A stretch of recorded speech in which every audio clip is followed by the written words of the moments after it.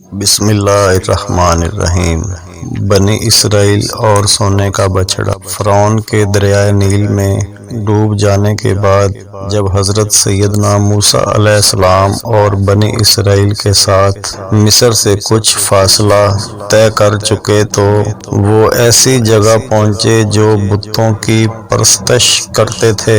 چونکہ بنی اسرائیلیوں نے اپنی پوری زندگی مصر جیسے بت پرست ملک میں گزاری تھی، اس لیے وہ لوگ بتوں اور بت پرستی کے عادی ہو چکے تھے۔ وہاں بت پرستی کا منظر دیکھ کر ان کے دلوں میں دوبارہ بت پرستی کی خواہش جاگ اٹھی، تو انہوں نے حضرت موسیٰ علیہ السلام سے کہا کہ جس طرح ان لوگوں نے اپنے معبود بنا رکھے ہیں، اس طرح آپ بھی ہمارے لیے ایک معبود یعنی ایک بت کا تعین کر دیں جس کی ہم پوجا کریں۔ بڑی حیرت کی بات ہے کہ بنی اسرائیل اللہ تعالیٰ کی اتنی واضح اور کھلی نشانیاں دیکھنے کے بعد بھی اسے بھلا بیٹھے۔ موسیٰ علیہ السلام نے ان سے کہا، تم کتنے جاہل لوگ ہو!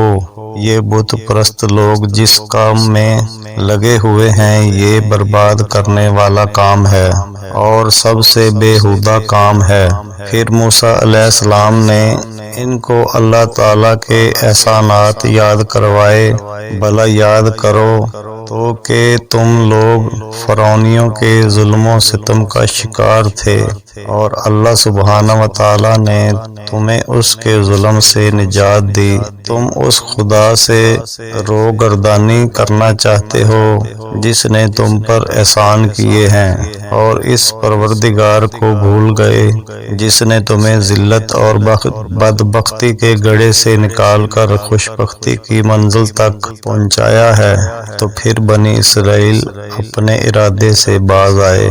پھر اللہ تعالیٰ نے آپ علیہ السلام کو تورات شریف عطا کرنے کا وعدہ فرمایا اور اس کے لیے کوہ طور پر 40 دن ٹھہرنے کا حکم دیا۔ بنی اسرائیل میں سامری نام کا ایک شخص تھا۔ یہ نہایت گمراہ اور گمراہ کن یعنی گمراہ کرنے والا آدمی تھا۔ اسے سونا چاندی ڈالنے کا کام آتا تھا۔ لوگ اس کی بات کو اہمیت دیتے تھے اور عمل کرتے تھے۔ چنانچہ جب اللہ تعالیٰ سے کلام کرنے کے لیے حضرت موسیٰ علیہ السلام کوہ طور پر تشریف لے گئے تو ان کے جانے کے 30 دن بعد سامری نے بنی اسرائیل سے وہ تمام زیورات جمع کر لیے جو قبطیوں نے ان کے پاس بطور حفاظت رکھوائے تھے، یا بنی اسرائیل نے اپنی عید کے دن قبطیوں سے استعمال کی خاطر لیے تھے، اور فرعون کی اپنی قوم سمیت ہلاکت کے بعد واپسی کی صورت نہ رہی تھی تو یہ زیورات بنی اسرائیل کے پاس تھے۔ سامری چونکہ سونا ڈالنے کا کام کرتا تھا، اس لیے اس نے تمام سونا چاندی ڈال کر اس سے ایک بے جان بچڑا بنایا۔ نیز سامری کے پاس وہ مٹی موجود تھی جو اس نے حضرت سیدنا جبرائیل علیہ السلام کے گھوڑے کے قدموں کے نیچے سے حاصل کی تھی۔ چنانچہ سامری نے حضرت جبرائیل علیہ السلام کے گھوڑے کے قدموں کے نیچے سے لی ہوئی خاک اس بچڑے میں ڈالی تو اس کے اثر سے وہ گوشت اور خون میں تبدیل ہو گیا، جبکہ بعض روایات میں آتا ہے کہ وہ سونے ہی کا بچڑا تھا اور گائے کی طرح ڈکارنے لگا۔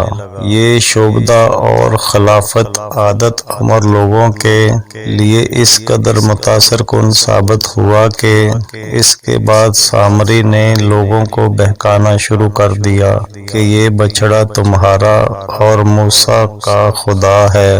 چنانچہ اس کے بعد سامری نے جو لوگوں کو گمراہ کن پٹی پڑھائی تو اس کے بہکانے پر بنی اسرائیل کے 12,000 لوگوں کے علاوہ بقیہ سب نے اس بچڑے کی پوجا کی۔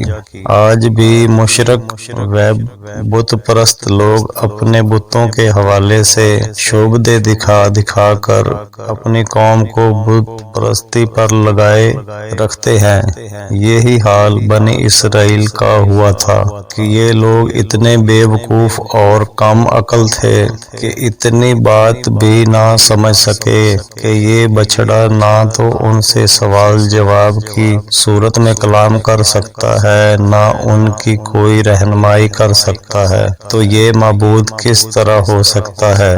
حالانکہ بنی اسرائیل جانتے تھے کہ رب وہ ہے جو قادر مطلق، علیم، خبیر اور ہادی ہے۔ حضرت موسیٰ علیہ السلام کے بھائی حضرت ہارون علیہ السلام نے بنی اسرائیل سے کہا، اے میری قوم، تم اس بچڑے کے فتنے میں مبتلا ہو گئے ہو۔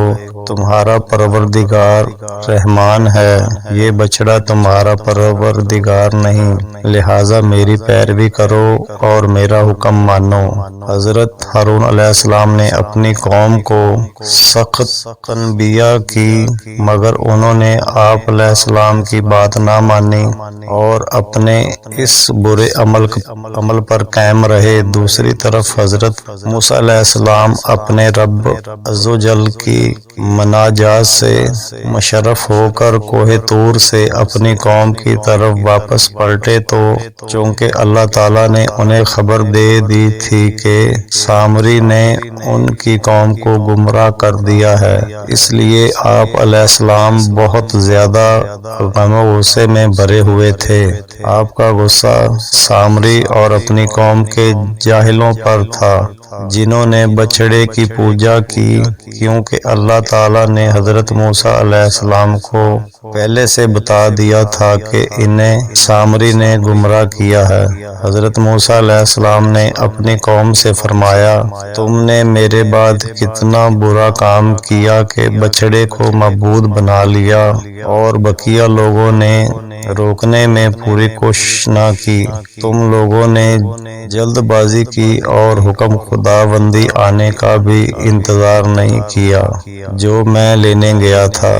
اس کے بعد حضرت موسیٰ علیہ السلام نے تورات کی تختیاں زمین پر ڈال دیں اور اپنے بھائی کے سر کے بال پکڑ کر اپنی طرف کھینچنے لگے، کیونکہ حضرت موسیٰ علیہ السلام کو اپنی قوم کا ایسی بدترین معصومیت میں مبتلا ہونا نہایت شاق گزرا تھا۔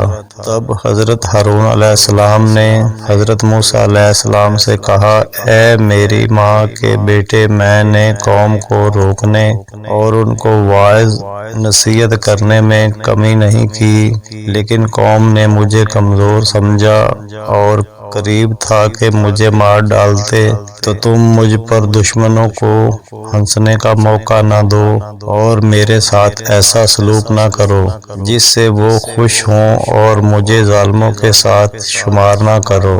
چنانچہ حضرت موسیٰ علیہ السلام نے اپنے بھائی کا عذر قبول کر کے بارگاہ الہی میں عرض کی، اے میرے رب، مجھے اور میرے بھائی کو بخش دے اور ہمیں اپنی خاص رحمت میں داخل فرما، اور تو رحم کرنے والوں میں سب سے بڑھ کر رحم فرمانے والا ہے۔